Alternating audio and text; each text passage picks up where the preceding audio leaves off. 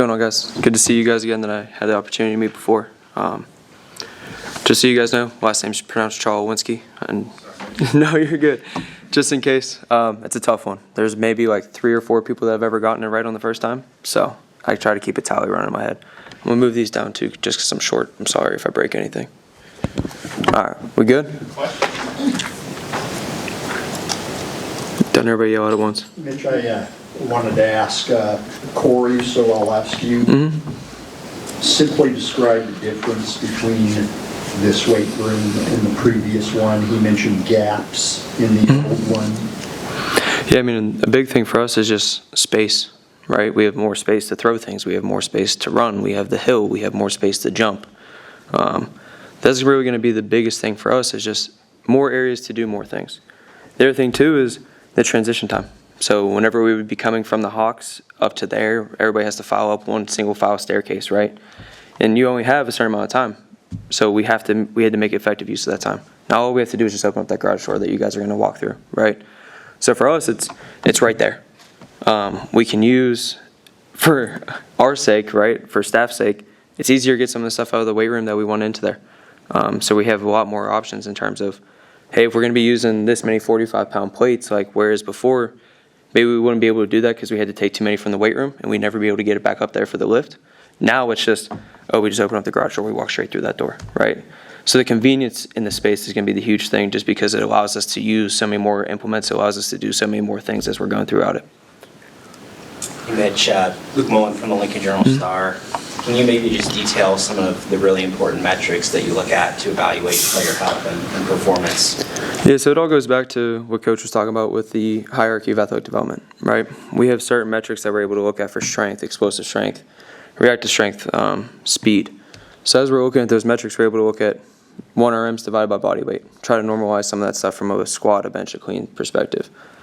With some of the technology that we have in there, we can quantify power, right? So whether it be in the barbell, through our velocity barbell or our velocity-based training system, whether it be on the force plates when they're jumping, we're able to look at all of those metrics that are surrounding around what does the lower body look like, but then also the upper body too, if we want to dive into that. When we're looking at reactive strength, it kind of gets back into a force plate mix of some testing on there, so whether it be jumps, drop jumps, but then also too on-field testing, because that's going to be a big piece, right? I can see that there's a disconnect between what we're doing in the weight room, right? What are the numbers showing us in the weight room, and how does it actually look on the field? If I notice that, like let's just say this guy's in the top 25th percentile of what he looks like on a reactive strength metric, but he can't change direction, then like we're doing him a disservice by just saying, oh, you're good to go from reactive strength, right? So trying to tie in a lot of the old school combine testing metrics too, right? So like one, that also helps coaches wrap their head around things. Like if I go upstairs and I start talking about RSI mod, like everybody's just going to look at me like I don't have any idea what's going on. But if I start to talk to them about the 5-10-5 test, they're going to know what a good number is, right? So it's about relating it back to the coaches too. And then speed is speed, right? How fast can you run? How fast can you cover a distance? And just looking at it that way. So tracking that over time in short, medium, and long distances. So really just diving into certain KPIs based back off of the hierarchy of athletic development is really how my philosophy, our philosophy, has developed as a health and wellness staff. Mitch, Sean Callahan with Husker Online. Do you find that track times generally match up well with 40 times that are good? I mean, in a lot of cases. So it just gives you a good idea if you're an athlete or not, right? So like, yes, your fast guys on the track are going to be fast whenever they're on the field, right? But there's a whole different aspect of like game speed as well, right? Game speed, if I ask a track guy who runs 10-9, 11 flat to go out there and run a 40, he's going to be a little bit slower just because he has the track spikes. The surface is a little bit softer, so he's not going to run as fast, right? But he's still going to be one of the faster guys on the team.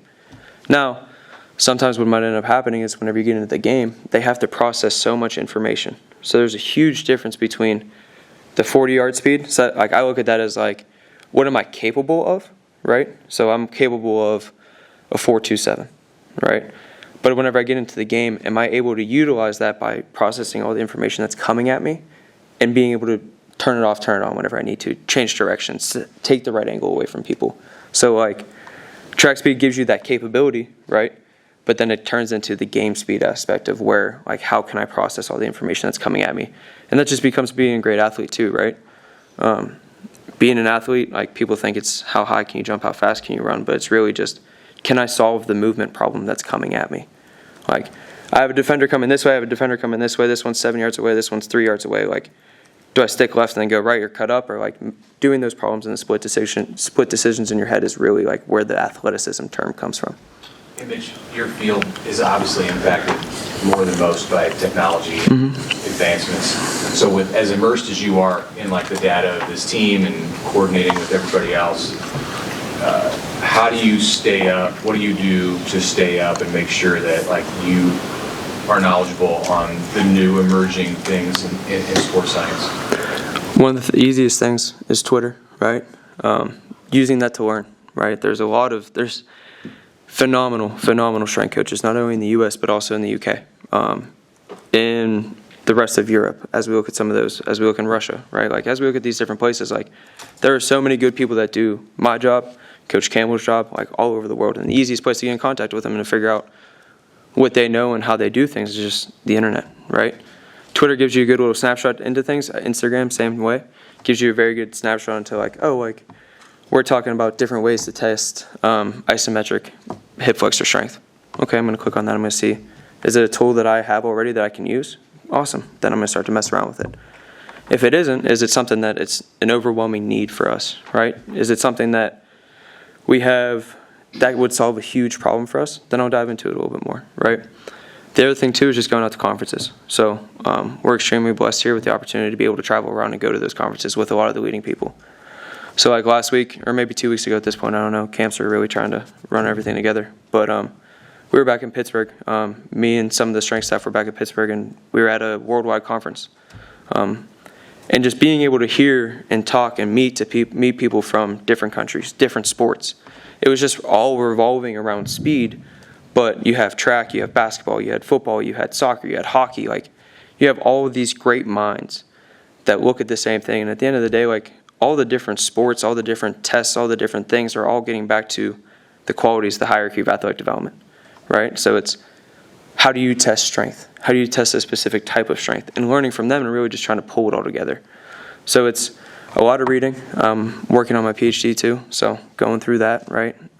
So I have to be pretty deep into Google Scholar. So things pop up from there time to time, but really, like, the quickest and easiest way, and what I find the most value from, is just going to conferences and then reaching out through my network and going on Twitter. Hey, Sandy Kuhn from the World-Herald. When you talk to Matt Rule, what information does he want from you, and how quickly does he want you to deliver it to him? Everything as fast as I can, right? So just like Coach Campbell said, right? Like, he is the driver. Like, he is the leader. So he needs to know these things. He needs to know the information for me to be able to make decisions, whether it be about one specific person, whether it be about the team as a whole, right? So for me, it's been a huge blessing to be able to come here and kind of build a lot of this stuff from scratch. Everywhere else I've been, there's been a pretty good, strong standing of, like, how things were reported, and then I branched off of that, right? We had Excel files, we had an AMS system, we had all these things that are already in place, whereas here, like, I was able to kind of come in and make it my own. So being able to really design it, figure out, like, take the best of everywhere else that I have been and bring it here, and then to make those couple of tweaks that I think makes it better. So it's really just been a huge blessing to be able to do something like that, really kind of start a system from ground up, and then know some pitfalls too, right? Like, I'm going to make mistakes. Maybe there is one thing that I didn't put on this report, and then I realized it after I sent it out, and it's like, oh, I have to send the follow-up email and look like that jerk who has to send you 2 follow-up emails with something else on the PDF, right? But, like, it's all part of the learning process as we're getting into somewhere new. And I did work for Coach at Baylor, but I wasn't in the role that I am in now. So it's about that process too, right? Like, so I knew a lot of what Coach wanted to see. I knew the urgency that was behind things. So that's been really the easiest part, is just making sure that I get him as much information as possible as fast as I can.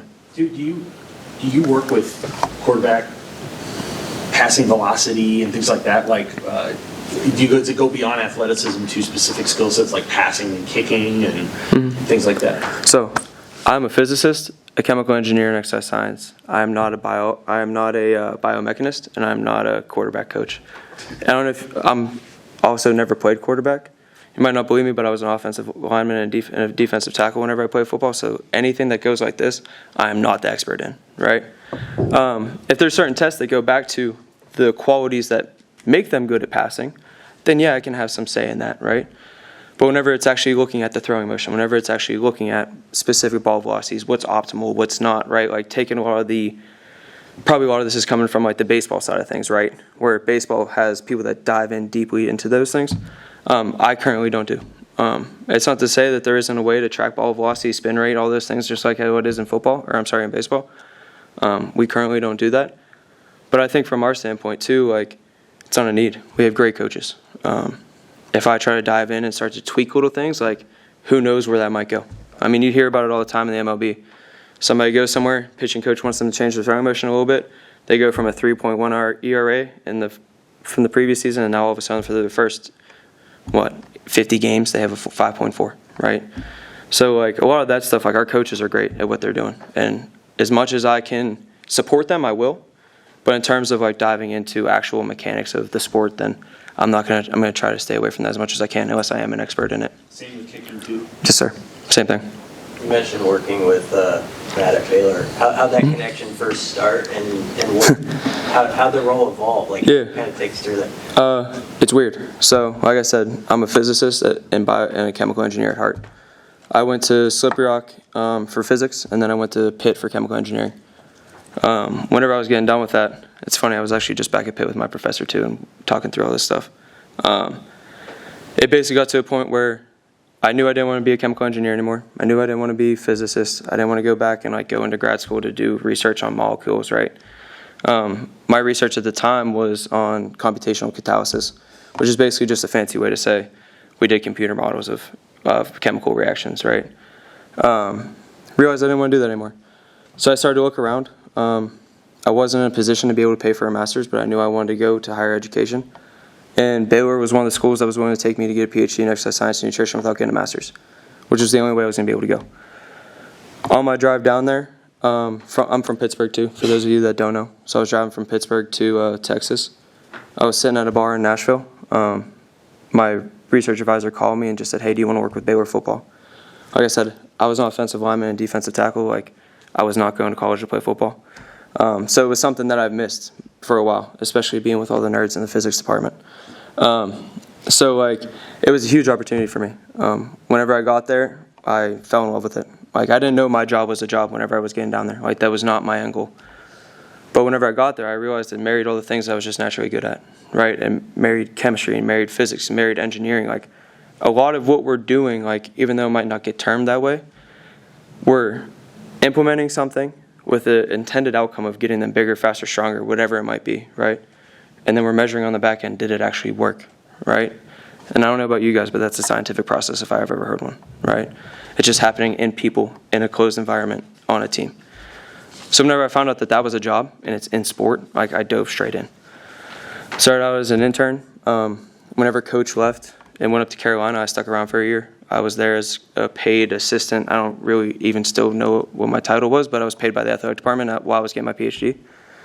From there, I left and went to Texas for 2 years as the associate director of applied sports science. And whenever coach came back to college, he called me, or coach and Corey called me, and I wanted to get back. They're very special people. They gave me my start, and I wanted to make sure I could get back with them because it was something I had missed for a while. Hey Mitch, Steve Mark with Rivals. You mentioned everybody in your area kind of makes their own tweaks to things. Specifically, what are some things that you personally have tweaked in your own style that others may not have? Yeah, so I think it all goes back to different principles, right? Some people like to look at 2 standard deviation change from hamstring strength to make sure that, like, if I fall below 2 standard deviation strength, then something's really wrong with me. I need to do some type of intervention, right? For me, it's just like looking at, like, okay, like, what is the easiest thing to communicate to my audience, right? So that whatever my concern level is, I can get that across accurately to them, right? And that's going to be a big piece, right? Like, if I walk in and I tell you, hey, my hamstring strength is 2 standard deviations away, you might look at me and go, I don't know what that means.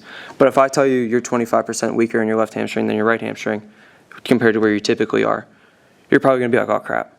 Now, if I tell you it's 15%, like, is that good? Is that bad? Right? So, like, being able to really standardize, like, how are we doing things? How am I communicating things across? Like, what are the the numbers or the scientific way, mathematic way to like get across like what I am concerned about or what I want to do or what I want to change that way.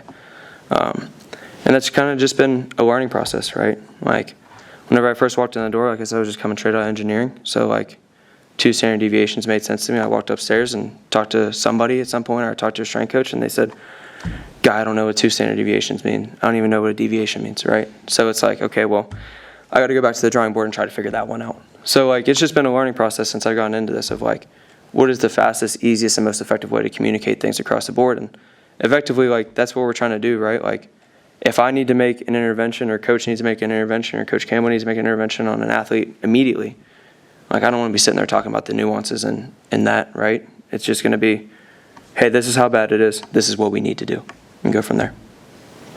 Is it easy to get players to buy into the recovery aspect and how critical that is? It feels like we're hearing guys talk more about that in interviews and stuff. Well, yes, it's easy, right? One of which is just because they can just feel the difference, right?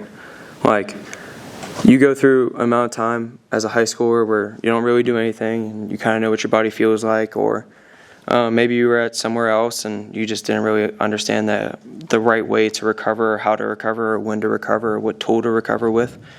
So whenever you educate them and you give them some onus on it, it helps them buy into it, right? Like you give them, there's a lot of research that talks about like me just having ownership over what I'm doing, whether it be the strength conditioning program, whether it be rehab, whether it be nutrition, whether it be whatever it is that I'm trying to impact change on my body. If I feel like I have ownership on it, I'm going to care more, I'm going to do more, and like that leads to more positive outcomes. So a big piece for me is just educating the guys, right? Like, hey, this is what you should do when, this is why. Like, here are some of your other options, but here's your best option at that moment in time. If you don't like that, let's have a conversation about it. Like, nobody likes to get in the cold tub except for the freaks, right? Nobody likes to put themselves through that type of punishment and just sitting there, right? Like, it's just not fun. But you educate them on, hey, like, right after practice, like, this is going to be the best thing that you can do for your body. Oh, coach, I just really hate it. And it's just like, trust me. Do it once. Tell me how you feel tomorrow. They get in, they come in tomorrow, they're moving around, they feel great, and it's like, okay, now I get it, right? So it's easy for me because I get to tell them to do things that aren't fun, right? But then they realize how much it actually helps them later on. So it's just a growing process. It's an educational process, and like that's what I got into this for, right? I'm here to educate people on how to play a few more years of football, whether that be a few more years in the NFL, whether that be a few more years in college, whether that be a few more years in the UFL, like whatever it might be, right? Or even if it's just being able to walk better whenever you get older, right? Like that's how I view my job of like keeping control of these kids and like helping them make the better decisions for themselves for not only right now, not only for next year, but 5, 10, 15 years down the line. All good with Mitch? Good? All right. Appreciate it, guys. Thanks. We'll